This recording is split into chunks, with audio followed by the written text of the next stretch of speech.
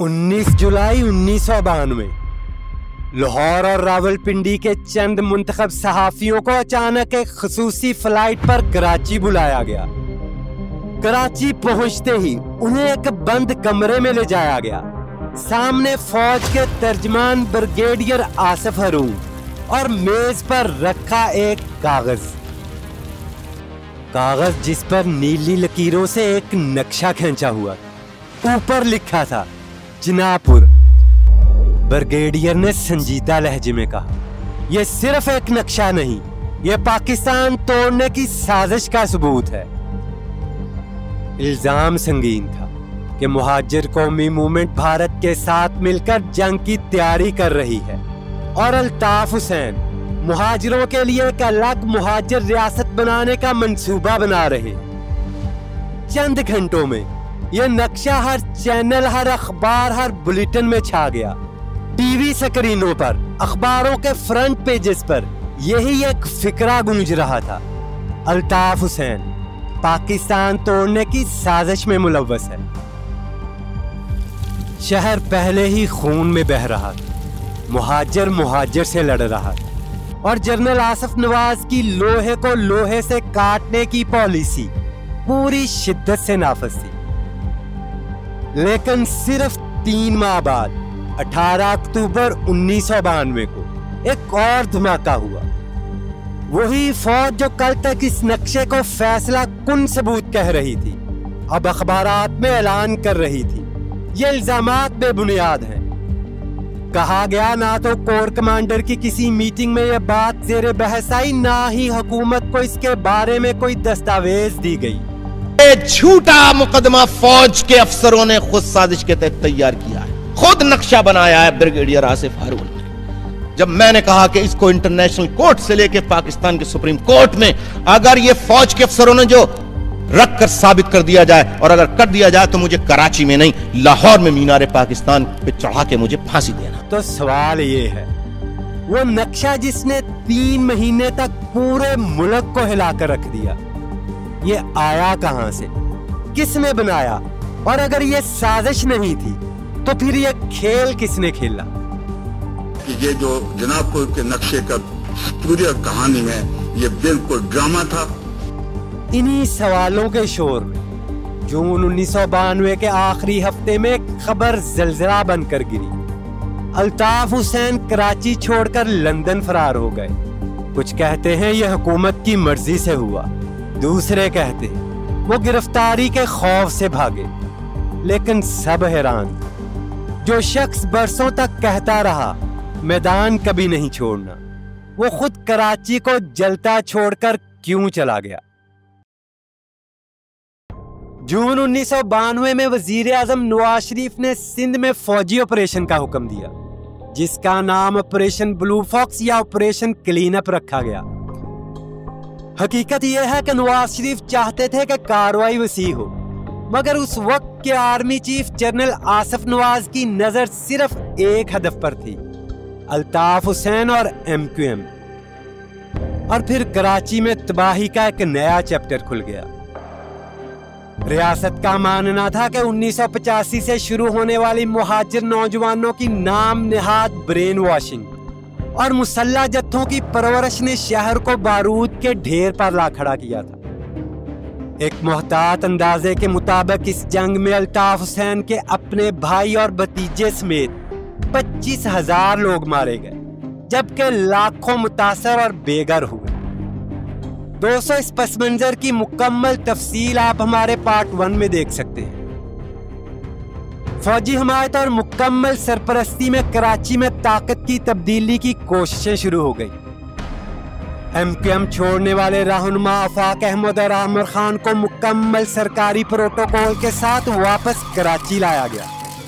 साथ ही दर्जनों अराकीन ने कौमी और सूबाई असम्बली के ज़मीर भी जाग उठे और वो अपने सियासी किबले बदलने लगे। चंद हफ्ते बाद नवंबर में MQM के चेयरमैन अजीम अहमद तारक मंजर-ए-आम पर आए। उन्होंने अल्ताफ हुसैन के खिलाफ बराह रास्त कुछ ना कहा, मगर सब जानते थे कि दोनों के तल्लुकात पहले जैसे नहीं रहे।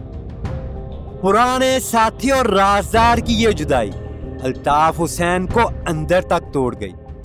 दिसंबर 1992 में 39 साल की उम्र में उन्होंने पहली बार सियासत छोड़ने का ऐलान किया, जो अगले 25 साल में तकरीबन 1 दर्जन बार दोहराया। कई बार तो यह फैसला सिर्फ चंद घंटों में बदल जाता। जनवरी 1993 में army chief general Asif Nawaz को जॉगिंग के दौरान दिल का दौरा पड़ा और वो इंतकाल कर गए। अब्दुल वहीद काकड़ ने नए आर्मी चीफ की हैसियत से कमान संभाली।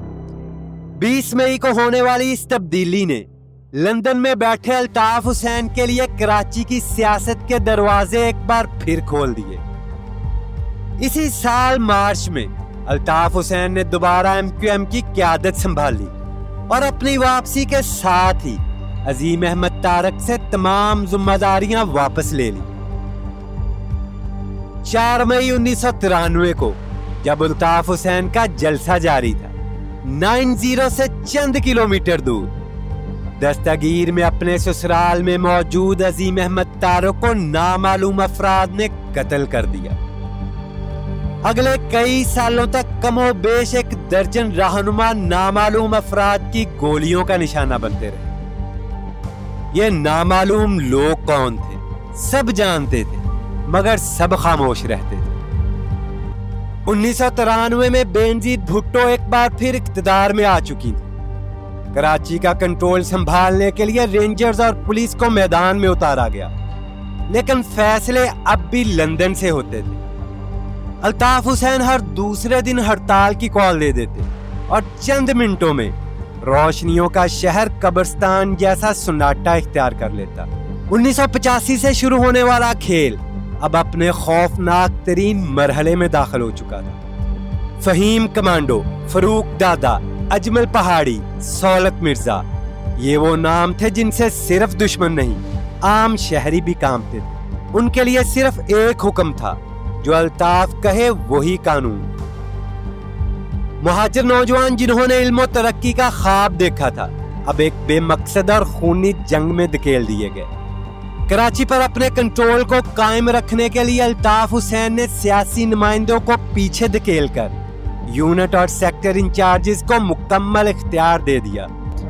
ऐसे हालात पैदा हो चुके थे कि अगर कोई वजीर भी 90 जाता तो एक आम कारकुन के सामने झुकना पड़ता या फिर मार खाना पड़ता। फिर आया 1997, नवाज शरीफ एक बार फिर वजीर आजम बने।